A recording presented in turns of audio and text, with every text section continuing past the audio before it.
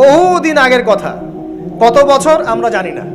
একজন প্রতাপশালী বাদশা ছিল, এখনকার বিশ্ব নেতাদের মতোই পরাশক্তি, ওই যে আসহাবুল কাহাফের মতো, বা ওই নমরুদের মতো, বা ওই যে ফেরাউন তার মতো একজন প্রতাপশালী বাদশা ছিল। তার অধীনে একজন বড় জাদুকর ছিল। কি ছিল? আচ্ছা, মজা আছে, ভালো করে বোঝেন। একটা বড় জাদুকর ছিল। এখনো কিন্তু বহু কান্ট্রি এই জাদুবিদ্যার চর্চা করে, আপনারা জানেন না। ভিতরে ভিতরে জাদুবিদ্যার চর্চা এখনো চলছে। আর এই জাদু সত্য, জাদু সত্য, চোখের বদনজরও সত্য। সায়েন্স বিশ্বাস করুক না করুক, এগুলো সত্য। কারণ কোরআন বলেছে সত্য, ব্যাস সত্য। জিন সত্য নাকি মিথ্যা? ফেরেশতা সত্য না মিথ্যা? কবরের আযাব সত্য না মিথ্যা? এগুলো তো চোখে দেখা যায় না, বিশ্বাস করলেন কিভাবে? এই চোখে দেখা যায় না বিশ্বাস করেছেন বলেই তো আপনি মৌলবাদী। চোখে দেখা যায় না, অহেতুক বিশ্বাস করছেন, অতএব আপনি একজন মৌলবাদী মানুষ। বুঝতে পারছেন তো? এই বিষয়গুলো বিশ্বাস না করলে কি আপনি মুমিন হতে পারবেন? আচ্ছা, কবরের আযাব সত্য না মিথ্যা আমরা বিশ্বাস করেছি, তোমরা মরার পরে বিশ্বাস করো। আমরা মরার আগেই বিশ্বাস করেছি, তোমরা মরার পরে বিশ্বাস করো। তারপর তোমরা পাক্কা মৌলবাদী হয়ে যাবে। যখন মরার পরে যখন কঠিন কবরের আযাব শুরু হবে, দেখবা যে আইনাল ইয়াকিন। ইয়াকিন কয়েক প্রকার হয়। একটা হচ্ছে আপনার আইনাল ইয়াকিন, হাক্কুল ইয়াকিন, এরকম কথা আছে কোরআনে। মানে আইনাল ইয়াকিন মানে যে চোখে দেখলাম এবার বিশ্বাস করলাম। রব্বানা আবসারনা ওয়া সামি'না ফারজি'না না'মাল সালিহান ইন্না মুকিনুন। আছে না সূরা আলিফ লাম মিম সিজদা? হাফেজে কোরআন যারা আছেন, আল্লাহর সামনে জাহান্নামীরা বলবে, রব্বানা, হে আমাদের রব, আবসারনা, এই যে দেখলাম, তোমার আযাব দেখেছি আমরা, এখন পরকালের কথা। ওয়া সামি'না, এই যে শুনতে পাচ্ছি এখন আযাব, ফারজি'না, আমাদেরকে ফিরিয়ে দিন। কোথায় ফিরিয়ে দিবে? দুনিয়ায়। না'মাল সালিহান, আমরা সৎ কাজ করব, ইন্না মুকিনুন, আমাদের ইয়াকিন হয়ে গেছে এখন। তার মানে সবাই বিশ্বাস করবে একদিন না একদিন, তাই তো? এই ঈসা ইবনে মারইয়ামকে যে মানুষ বলছে ক্রুসিফাইড, তাকে ক্রুসিফাইড করা হয়েছে, তিনি মারা গেছেন, নাউজুবিল্লাহ, বলা হচ্ছে না? আচ্ছা, ঈসা ইবনে মারইয়াম যখন নেমে আসবেন সবাই বিশ্বাস করবে না?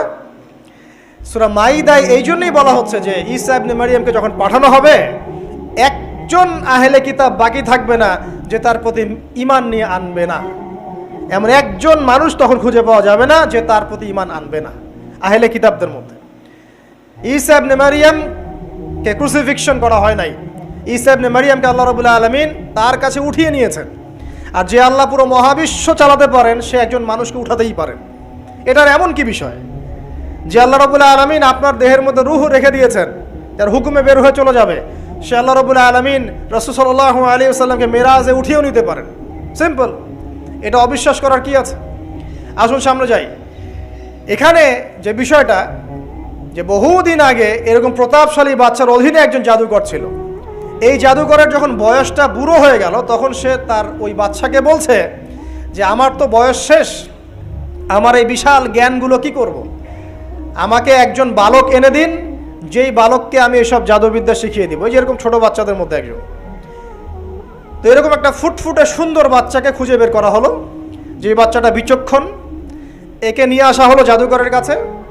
এবার জাদুকর তাকে জ্ঞান শিখায়, জাদু শিখায়। জাদু শিখাতে শিখাতে শিখাতে শিখাতে সে একটু পরিণত হচ্ছে, মানে কৈশোরে পদার্পণ করল। এখন সে যখন জাদু শিখতে আসে, আসার পথে রাস্তায় দেখে একজন পাদ্রী আছে। পাদ্রী মানে কি? পাদ্রী মানে দরবেশ, মানে যে আল্লাহ বিশ্বাস করে, হয়তো আগেকার আসমানি কিতাবে সে বিশ্বাস করত। এমন একজন পাদ্রীর সন্ধান সে পায়। সে ওই পাদ্রীর কাছে গিয়ে বসে। সেই পাদ্রী তাকে আসমানি কিতাবের যে মর্ম, যে বাণী, এগুলো শোনায়। তার কাছে খুব ভালো লাগে যে মাশাআল্লাহ, এটার ইমানের স্বাদ। যখন কোরআন শুনি আমাদের ভালো লাগে না? আসমানি কিতাব যখন শুনে তার কাছে ভালো লাগে। সে বলে যে আমি এটা শিখতে চাই। তখন এই পাদ্রী তাকে বলে, তুমি তো জাদু শিখতে যাও এই বাদশার দরবেশের কাছে, বাদশার জাদুকরের কাছে, যদি ওরা জানতে পারে তাহলে তো সমস্যা। তাহলে উপায় কি? যখন তুমি ওখানে যাবে, যখন দেরি হয়ে যাবে, তখন বলবে বাসার থেকে বের হতে দেরি হয়েছে, বাসার থেকে বের হতে দেরি হয়েছে। আর আমার এখানে বসে যখন বাসায় যাবে, তখন বাসায় গিয়ে বলবে যে ওখান থেকে, ওই যে জাদুকরের কাছ থেকে আসতে দেরি হয়েছে। মানে কৌশল অবলম্বন করতে তিনি শিক্ষা দিলেন। কৌশলের প্রয়োজন আছে না? উদউ ইলা সাবিলি রাব্বিকা বিল হিকমা, হিকমার দরকার আছে না? সত্য থেকে সরে গিয়ে নয়, কিন্তু কৌশল তো করার দরকার আছে। নবী সাল্লাল্লাহু আলাইহি ওয়াসাল্লাম যে হিজরত করেছেন, মক্কা থেকে মদিনা চলে গিয়েছেন, সবাইকে জানান দিয়েছিলেন, এই শোনো আমি হিজরত করছি? জানান দিয়েছেন? রাতের বেলা বের হয়েছেন, কৌশল, রাতের বেলা বের হন নাই, এবং তাকে মারার জন্য চারপাশ থেকে লোক ঘিরে রেখেছিল। এর মধ্য দিয়ে আল্লাহ রাব্বুল আলামিন তাকে বের করে নিয়ে গেছে। তিনি কি সবার সামনে ফেসবুকে জানান দিয়েছেন, এই দেখো আমরা বেরোচ্ছি? তো তোমরা তো কৌশলই বুঝো না দিনের কাজের, যে কাজ হবে 1%, আই ওয়াশ হবে 99%। এখনকার এই যুগ, হ্যাঁ, দিনের কাজ হবে 1%, আই ওয়াশ শোডাউনই বেশি। এই শোডাউন করতে করতে মানুষের চোখ লাগে, যত চোখ লাগে তত সমস্যা সৃষ্টি হয়, এবং আস্তে আস্তে আস্তে আস্তে দিনের দায়রা মাইনাস হতে থাকে। এই যে এই বিষয়টার পিছনে তোমরাও দায়ী, কৌশল তো বোঝো না। তো স্মার্ট এবং বিচক্ষণ মুসলিমদের বড় অভাব আছে এখন পৃথিবীতে। যতক্ষণ পর্যন্ত বিচক্ষণতা অর্জিত হচ্ছে না, ততক্ষণ পর্যন্ত ইসলামের বিজয় হচ্ছে না, এটা মাথায় রাখেন। তারপর সামনে যান। এবার এই বাচ্চা খুব সুন্দর করে ব্যালেন্স করলো, একবার এখানে যায়, একবার ওখানে যায়। এই করতে করতে ওই যে জাদুকরের ইন্তেকাল হয়ে গেল, মারা গেল জাদুকর। এবার এই বাচ্চার কাছে মাশাআল্লাহ অনেক এলেম কালাম আছে। এদিকে সে পাদ্রীর জ্ঞানে দীক্ষিত হচ্ছে। দীক্ষিত হতে হতে তার মধ্যে আল্লাহ পাকের প্রতি একটা পরিপূর্ণ ঈমান চলে আসে, সে মুসলিম হয়ে গেল আলহামদুলিল্লাহ। তো মুসলিম হওয়ার পরে একদিন সে যখন বাদশার কাছে যাচ্ছে, রাস্তায় একটা বিশাল জন্তু দেখা যাচ্ছে। বিশাল জন্তু, কীরকম জন্তু আমরা জানি না। ঠিক ওই যে দাব্বাতুল আরদ সামনে বের হবে, কিয়ামতের 10টা নিদর্শন আছে বড় বড়, তার মধ্যে একটা হচ্ছে দাব্বাতুল আরদ, জমিন থেকে ফুড়ে একটা প্রাণী বের হবে। আর এখন মানুষ এগুলো বিশ্বাস করবে না আমি জানি, 2 দিন পর নাসা যখন বলবে তখন বিশ্বাস করবে। কথা কি বুঝতে পারছেন? তবে প্রাণী এই পৃথিবীর নিচে আছে। রাসূল সাল্লাল্লাহু আলাইহি ওয়াসাল্লাম বলছেন 10টা আলামত না আসা পর্যন্ত কিয়ামত হবেই না। তার মধ্যে একটা হচ্ছে দাব্বাতুল আরদ, জমিন থেকে একটা প্রাণী বের হবে, এবং এই প্রাণী শুধু বেরই হবে না, মানুষের সাথে কথাবার্তা বলবে। এবার মানুষের সাথে কথা বলবে প্রাণী। বিশ্বাস করছেন? এখন বিশ্বাস করছেন না জানি, কিন্তু প্রাণী মানুষের সাথে কথা বলবে। আল্লাহ পাক বলাতে পারেন না? পারে। আচ্ছা সামনে যান। ওই প্রাণী যখন দাঁড়িয়ে আছে রাস্তায়, এখন এই বালক বলছে আজকে আমি প্রমাণ করে নিব যে আল্লাহর আনুগত্যশীল ওই পাদ্রী সঠিক নাকি ওই জাদুকর সঠিক। এবার সে একটা ইট হাতে নিল, পাথর হাতে নিয়ে সে বলছে, আল্লাহ তোমার কাছে যদি ওই জাদুকরের কাজের চাইতে এই পাদ্রীর কাজ বেশি পছন্দনীয় হয়, এই ইটের আঘাতে এই জন্তুকে তুমি মেরে ফেলো আল্লাহ। এ বলেছে বিসমিল্লাহ বলে পাথর নিক্ষেপ করলো। নিক্ষেপ করার সাথে সাথেই জন্তু ডেড। তখন তার আইন আল ইয়াকিন, হাক্কুল ইয়াকিন হয়ে গেল যে হ্যাঁ, আল্লাহর কাছে এই পাদ্রীর আমলই সবচেয়ে বেশি পছন্দনীয়। তার আর মনে কোনো সংশয় থাকলো না। কিশোর মানুষ না, কতটুকুই বা বোঝেন নাই? এবার তার মধ্যে একটা ইয়াকিন চলে আসলো এবং সে পরিপূর্ণ মুমিন মুসলিম হয়ে গেল। এবার যখন সে রাজ দরবারে যায়, তার কাছে পেশেন্ট আসে, মানে একজন মানুষ এসেছে, সে বলছে যে আমার চোখের সমস্যা। সে চোখে হাত দেয়, হাত দিয়ে বলে যে আপনি আল্লাহর প্রতি ঈমান নিয়ে আসেন, আমি আল্লাহর কাছে দোয়া করব, চোখ ভালো হয়ে যাবে। এভাবে পেশেন্ট আসে, সে বলে আল্লাহর প্রতি ঈমান নিয়ে আসেন, আমি দোয়া করব, ভালো হয়ে যাবে। এভাবে আস্তে আস্তে তার নাম এবং খ্যাতি ছড়িয়ে পড়তে লাগলো। যেই তার কাছে আসে সে বলে আগে মুসলিম হন, ইমানদার হন, আল্লাহর প্রতি বিশ্বাস করেন, আমি দোয়া করব, ভালো হয়ে যাবেন। চোখ অন্ধ ভালো হয়ে যাচ্ছে, কুষ্ঠরোগী ভালো হয়ে যাচ্ছে, হ্যাঁ, প্যারালাইজড রোগী ভালো হয়ে যাচ্ছে, আলহামদুলিল্লাহ। নবী ঈসা আলাইহিস সালাম এমনটা করেছিলেন না? আল্লাহ পাক চাইলে করতে পারেন। একদিন ওই রাজ দরবারের একজন মন্ত্রী আসছে, এবার ওই রাজার একজন এমপি সাহেব, তার চোখে সমস্যা, সে আসছে, এসে বলছে যে আমার এই চোখের সমস্যা, আমার চোখটাকে ভালো করার দরকার, তোমার কাছে কোনো ওষুধ আছে নাকি? সে বলছে যে আপনি আল্লাহর প্রতি ঈমান নিয়ে আসেন, আমি আল্লাহর কাছে দোয়া করব, আপনি ভালো হয়ে যাবেন। এবার সে আলহামদুলিল্লাহ ঈমান নিয়ে আনলো এবং সে ভালো হয়ে গেল। এই ভালো হয়ে যাওয়ার পরের দিন যখন সে আবার ওই পার্লামেন্টে গিয়েছে আর কি, ওদের তৎকালীন রাজদরবারে, এবার রাজা ওকে দেখে বলছে যে তোমার তো চোখ অন্ধ ছিল, কিভাবে শেফা লাভ করলে? তো সে বলে না কিভাবে শেফা লাভ করলো, সে বলতে চাচ্ছে না, কারণ সে আজ করছে যে বললে সমস্যা হবে। এক পর্যায়ে তাকে খুবই পিটুনি দেওয়া হচ্ছে, রিমান্ডে নিয়ে গিয়ে কঠিন মাইট দেওয়া হচ্ছে। এক পর্যায়ে সে মারের যন্ত্রণা সহ্য করতে না পারে বলে ফেললো যে ওই বাচ্চা, তার কাছে গিয়ে আমি আরোগ্য লাভ করেছি এবং সে আমাকে বলেছে যে তার রবের প্রতি ঈমান নিয়ে আসতে, তাহলে আমি শেফা লাভ করব। এই বাচ্চা এখন বলছে ফেরাউনের মতো যে আয়না রব্বুকুমুল আ'লা, আমি তো তোমাদের রব। নমরুদের মতো আমি তো তোমাদের রব। আমি তো জানি না যে আমি ছাড়া তোমাদের কোনো ইলাহ আছে? এবার এই লোকটাকে হত্যা করা হলো, এই এমপি সাহেবকে হত্যা করা হলো, বিকজ সে ঈমান নিয়ে আসে। এবার সেই বালককে ডেকে আনা হচ্ছে, বলা হচ্ছে বলো তুমি নাকি তোমার রবের নাম দিয়ে মানুষের ট্রিটমেন্ট করা শুরু করেছো। তখন সেই বালক বলছে হ্যাঁ, আমি এক আল্লাহর প্রতি বিশ্বাস করি এবং তার রাসূলের প্রতি বিশ্বাস করি, তার প্রেরিত আসমানি কিতাবে বিশ্বাস করি। এখন রাজা বলছে আমি ছাড়া তোমাদের কোনো ইলাহ আছে আমি তো জানি না। এই সৈন্যবাহিনী শোনো, এই বালককে ধরো, ধরে নিয়ে গিয়ে উঁচু পাহাড়ে নিয়ে যাও, ওখান থেকে ফেলে দাও। কথা বুঝতে পারছেন? এবার তাকে নিয়ে যাওয়া হলো, ক্রস ফায়ার দেওয়া হবে, এবার উপরে নেওয়া হয়েছে, একদম পাহাড়ের উপরে। এবার ওই বালক উপরে উঠে একটা দোয়া করছে, এই দোয়াটা সবাই শিখে নেন। ওই বালক উপরে উঠে দোয়া করছে আল্লাহুম্মা কফিনিহিম বিমা শি'তা, আল্লাহুম্মা কফিনিহিম বিমা শি'তা, আল্লাহুম্মা কফিনিহিম বিমা শি'তা। পাহাড় থরথর করে কাঁপা শুরু করলো এবং ওই সৈন্যবাহিনী পাহাড় থেকে পড়ে গেল, বালকের কিচ্ছু হলো না। আমি কিন্তু বানোয়াট কোনো গল্প বলছি না, এটা কোরআন থেকে বলছি এবং এটা তাফসীর। আপনি যে কোনো তাফসীর পড়েন, মারিফুল কোরআন, তাফসীর ইবনে কাসির, জালালাইন পড়ে দেখেন, জাস্ট পড়ে দেখেন আমার সাথে ডিবেট করার আগে। এবার সে বালক হেঁটে হেঁটে চলে আসলো রাজদরবারে। আবার কি ব্যাপার, তুমি মরো নাই? না, আল্লাহ আমাকে বাঁচিয়েছেন, আমার রব আমাকে বাঁচিয়েছেন। আবার পাঠানো হচ্ছে আরেক দল সেনাবাহিনীকে নিয়ে, যাও এবার ওকে সমুদ্রে নিয়ে যাও, সমুদ্রের মাছ সমুদ্রে ডুবিয়ে দিবে একদম। আবার সে ওখানে গিয়ে বলল আল্লাহুম্মা কফিনিহিম বিমা শি'তা, হে আল্লাহ, অর্থ হচ্ছে হে আল্লাহ আমার বিপক্ষে যারা আছে আপনি যা দিয়ে ইচ্ছা ওদের বিরুদ্ধে আমাকে সাহায্য করেন। অর্থটা হচ্ছে এমন, আল্লাহুম্মা কফিনিহিম বিমা শি'তা, আল্লাহ আপনি আমার জন্য যথেষ্ট হয়ে যান, ওদের বিরুদ্ধে আমার জন্য যথেষ্ট হয়ে যান, যা ইচ্ছা তাই দিয়ে আপনি হেদায়েত করুন, আমার মানে আমাকে হেফাজত করুন। ঠিক আছে, আল্লাহুম্মা কফিনিহিম বিমা শি'তা, ছোট্ট দোয়া। এবার ওই সমুদ্র উত্তাল হওয়া শুরু করলো এবং ওরা জাহাজ থেকে পড়ে গেল।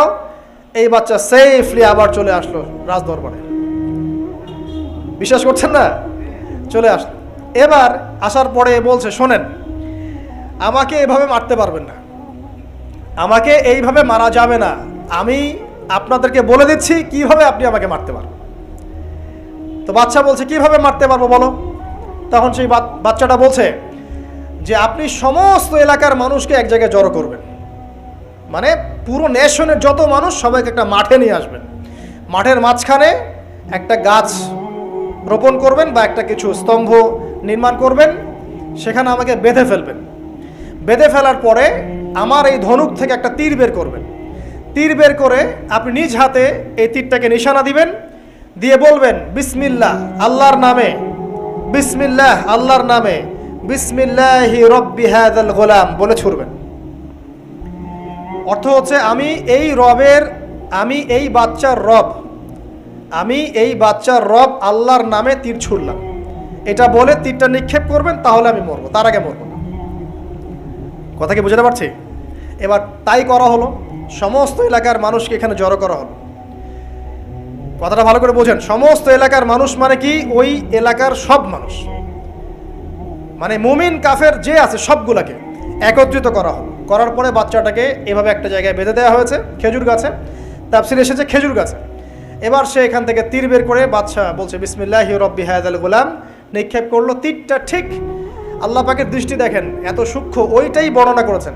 তীরটা ঠিক বাচ্চার এই জায়গায় লেগেছে, এই যে মাথার এইখান থেকে লেগে এদিকে বের হয়ে গেছে। ওই বাচ্চা ছেলেটার এই যে কপালের এই পার থেকে এই পার পর্যন্ত তীর চলে গেল এবং বাচ্চাটা শহীদ হয়ে গেল আলহামদুলিল্লাহ। এবং এই বাচ্চাটা যখন মারা গেল বা শহীদ হয়ে গেল, আর সারা এলাকার মানুষ কি দেখলো, দেখলো যে বাচ্চা তাকে দুইবার চেষ্টা করে মারতে পারে নাই, কিন্তু তার রবের নাম যখন নেওয়া হয়েছে, আল্লাহর নাম নেওয়া হয়েছে, মারতে পেরেছে। দেন অ্যান্ড দেন পুরো এলাকার সমস্ত মানুষ মুসলিম হয়ে গেল আলহামদুলিল্লাহ। একজন বাচ্চার জীবনের বিনিময়ে সমস্ত এলাকার মানুষ ইসলামের হেদায়েত পেয়ে গেল আলহামদুলিল্লাহ। এবার বাচ্চার মাথা তো আরো খারাপ, একটাকেই সামলাতে পারছিলাম না, এবার তো সমস্ত এলাকার মানুষ মুসলিম হয়ে গেছে। এখন কি করবেন? এখন সেনাবাহিনীকে আদেশ করা হয়েছে সমস্ত মানুষগুলোকে জড়ো করো, জড়ো করে একটা গর্ত খোঁড়ো একটা গর্ত খুঁড়ে সেখানে আগুন জ্বালাও, আগুন জ্বালিয়ে সমস্ত মানুষকে ফেলে দাও। দৃশ্যটাকে কল্পনা করতে পারছেন? একটা পুরো এলাকার মানুষকে একটা মাঠের মধ্যে একত্রিত করে সেখানে আগুন জ্বালিয়ে সবাইকে সেখানে ফেলে দেওয়া হলো এবং তারা চতুর্দিক থেকে এটাকে অবলোকন করতে লাগলো, মজা উপভোগ করতে লাগলো। এটাই আল্লাহ পাক বলছেন, কুতিলা আসহাবুল উখদুদ ইয হুম আলাইহা কুউদ ওয়া হুম আলা মা ইয়াফআলুনা বিল মুমিনিনা শুহুদ। শেষ পর্যায়ে তাফসীরে এসেছে, শেষ পর্যায়ে একজন মায়ের কোলে একটা ছোট্ট বাচ্চা ছিল। তো সেই মা নিজে লাভ দিবে এটাতে তার কোনো সমস্যা নাই, কিন্তু বাচ্চাটাকে নিয়ে লাভ দেওয়ার জন্য সে ইতস্তত বোধ করছে। তখন আল্লাহ রাব্বুল আলামিন সেই ছোট্ট বাচ্চাটার কোলে, সেই ছোট্ট বাচ্চাটার জবানের মধ্যে আল্লাহর কুদরত নিদর্শন নাজিল করলেন। ওই বাচ্চাটা কথা বলা শুরু করলো। সেই বাচ্চাটা বলল, ইয়া উম্মা, হে আমার মা, লা তাখাফি, তুমি ভয় করো না, ফাইন্নাকি আলাল হক, কারণ আপনি সত্যের উপর আছেন, লাভ দিন। যারাই সে অগ্নিকুণ্ডে সেদিন লাভ দিয়েছে তারাই জান্নাতের স্বাদ পেয়েছে, আলহামদুলিল্লাহ।